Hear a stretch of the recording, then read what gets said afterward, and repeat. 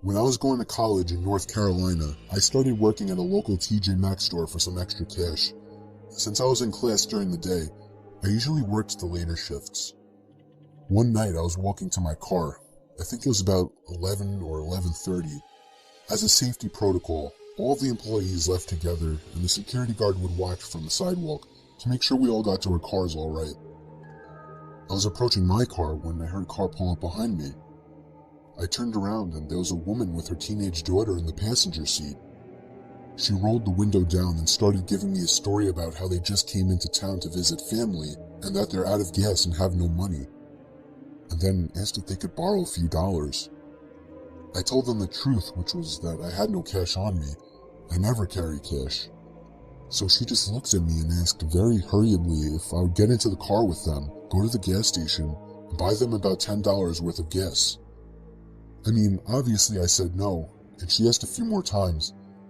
It wasn't until I had said no that I noticed the daughter in the passenger seat had been staring at me the whole time, and she was licking her lips and wringing her fingers. At that point, I bolted back to the store where the security guard was, because they had pulled up behind my car so I would have been stuck there.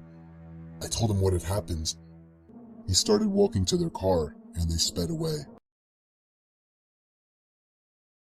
Working the night shift always sucked. I work in an office building and would constantly do the night shifts since it was the only time it would work out for me. I was just about always the only person on the floor I worked on, possibly in the whole building. There would always be a kind of eerie feeling to being in such a big building with most of the lights out and absolutely no one around. But on the upside, it was peaceful and less stressful, and I was able to get a lot of work done. There was this one night though. It was a Friday night, around 2 in the morning. I was typing away on my keyboard when I heard a noise from outside my cubicle. It sounded like just a random crack from the walls or something. It's unusual in this building, but I didn't get too concerned about it. I resumed typing away and was once again interrupted by a sound. This time, the sound of a computer starting up. It caught me off guard. I was sure nobody else was working the night shift. I stood up on my chair to get a view over the cubicle walls. The glare of a computer screen in the dark was visible in a cubicle on the opposite side of the room. Then I did something stupid, something I regret. I asked if there was anybody there in a yell, hoping to get an answer from a fellow employee. But instead, I saw the glaring light of the computer monitor across the room turn off, and there was once again nothing but darkness on that side of the room. I started getting nervous. I turned off the lamp and computer screen so that I wouldn't give away my position to whoever that was. I crouched down and tiptoed out across to a nearby cubicle. There was just utter silence. I sat waiting for something to happen for God knows how long, but I eventually decided the coast was clear. I tiptoed down past all the cubicles until I reached the opening near the exit door to the stairs and elevators, and that's when I realized that my fearful suspicion was true. There was a man crouched down behind a plant in the corner of the room, dressed in all black. I felt my heart sink as I noticed him, but it didn't seem like he knew that I noticed him. I turned back to the stairway door. There was no way I was going to wait for the elevator and take a chance. I casually opened the door and closed it behind me, proceeding to walk down the stairs. After making it down about 2 flights of stairs, I heard the door above me push open aggressively, followed by manic echoing footsteps coming fast down the stairs. I raced down the stairs, running as fast as I could, all while the footsteps above me were getting louder. I finally made it to the first floor, raced through the lobby, and out the front door. Whoever was in there didn't follow me. I immediately called the cops, along with one of my bosses.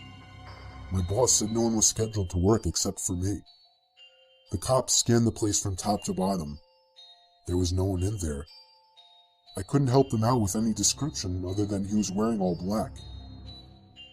I did continue to do the night shift for about a week after that, with my boss allowing me to lock all possible entrances to the floor, including the elevators. But I still wasn't comfortable with it, so ever since, I've been doing the day shifts. It was 4 a.m. on a Saturday night. I woke up to my stomach rumbling, and nothing is worse than trying to sleep on an empty stomach. So I got out of bed and made my way to the kitchen to make a sandwich. But immediately I noticed that the cabinet was open. I'm always super obsessive over closing everything I open, so I couldn't believe that I had done that. I found it more odd than most people would. That's just how I am. Most people would shut the cabinet and forget about it, but I went as far as investigating around the house for any unwanted guests. There was nobody in any of the closets I checked, but when I went down to the den, the back door was wide open. I was certain now that someone had been in my house. I somehow had the balls to step outside and turn on the patio light, and there was somebody sitting in one of the patio chairs. He looked at me with a blank expression and got up slowly.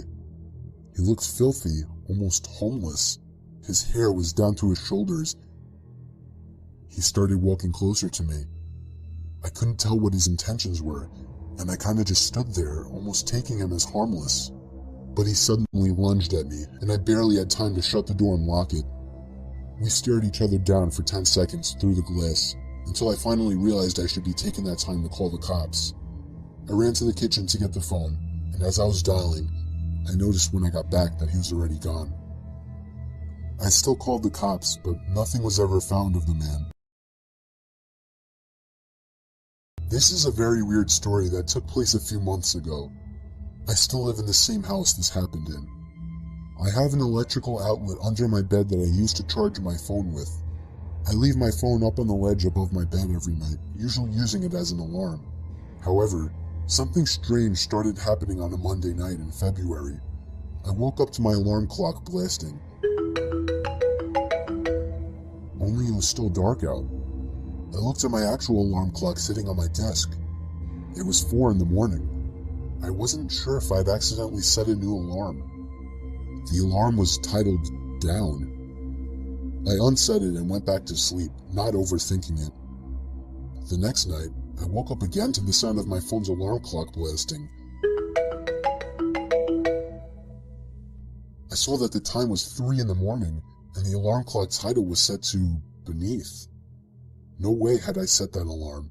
I would remember something like that. I figured my brother was playing a joke on me somehow. The next morning, I told my dad to tell him to stop messing with my alarm clock, that it's interrupting my actual sleep on school nights. But he swore on his life that he had never touched it, and I kinda believed him. That night, I put a password on my phone and wrote it on a sticky note just for safekeeping. I hid the sticky note on the wall behind my bed and made sure no extra alarms were set. The only one was set for 8 a.m. I fell asleep, but once again, I woke up to the blasting alarm clock in total darkness. 2 a.m. The alarm was titled The. I was a little freaked out now. Something was really wrong with my phone. I was sure someone was hacking into it. The next day I left it off for the whole day in hopes that whoever was messing with it would forget about it. And that night I used my actual alarm clock on my desk as an alarm instead. I set it to 8 a.m. and went to sleep, but when I woke up, there was once again no sunlight. My alarm clock was off, so I couldn't see the time. It was my phone. It had been moved to the ledge, but the alarm clock sound wasn't the usual marimba. It was some kind of distorted screaming sound.